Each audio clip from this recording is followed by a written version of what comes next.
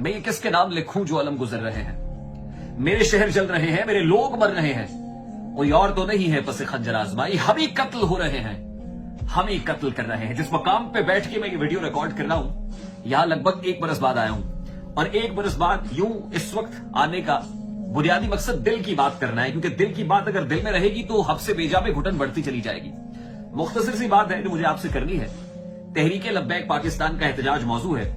TLP ने इस वक्त यह एहतजाज क्यों किया, टीएलपी सड़कों पे क्यों आई?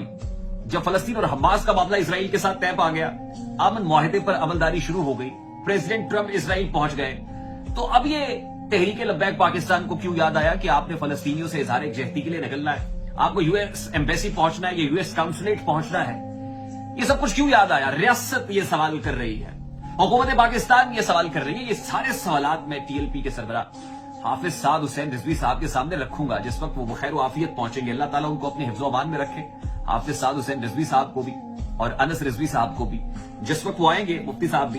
तो मैं ये सवाल सारे उनके सामने रूबरू करूंगा, उनसे वक्त लेके वहां पे पहुंचेंगे, क्रॉस एग्जामिनेशन करेंगे, डंके की चोट पे सवाल करेंगे। और मुझे पता है कि हाफिज साद हुसैन रिजवी जो एक दबंग आदमी है, अल्लाह ताला उनको सेहत और सलामती वाली जिंदगी अता करे, वो दबंग अंदाज में इसको रिस्पॉन्ड करेगा। साद का मतलब ही शेर होता है और वो शेर का बच्चा है।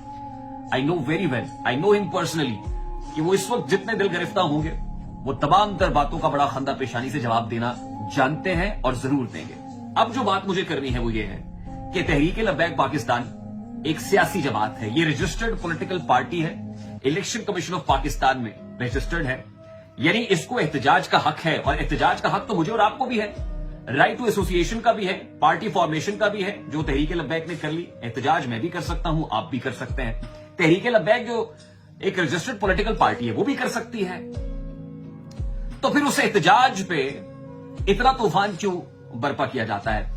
कतई नजर इन सब बातों से मैं तो ये सोचने पे मजबूर हूं कि इतना घुटनज़दा माहौल क्यों है कि बात कहने और बात सुनने पर भी पाबंदी है।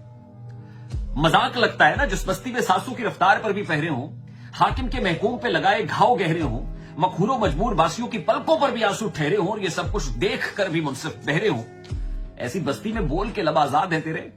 मजाक लगता है, सिर्फ और सिर्फ मजाक।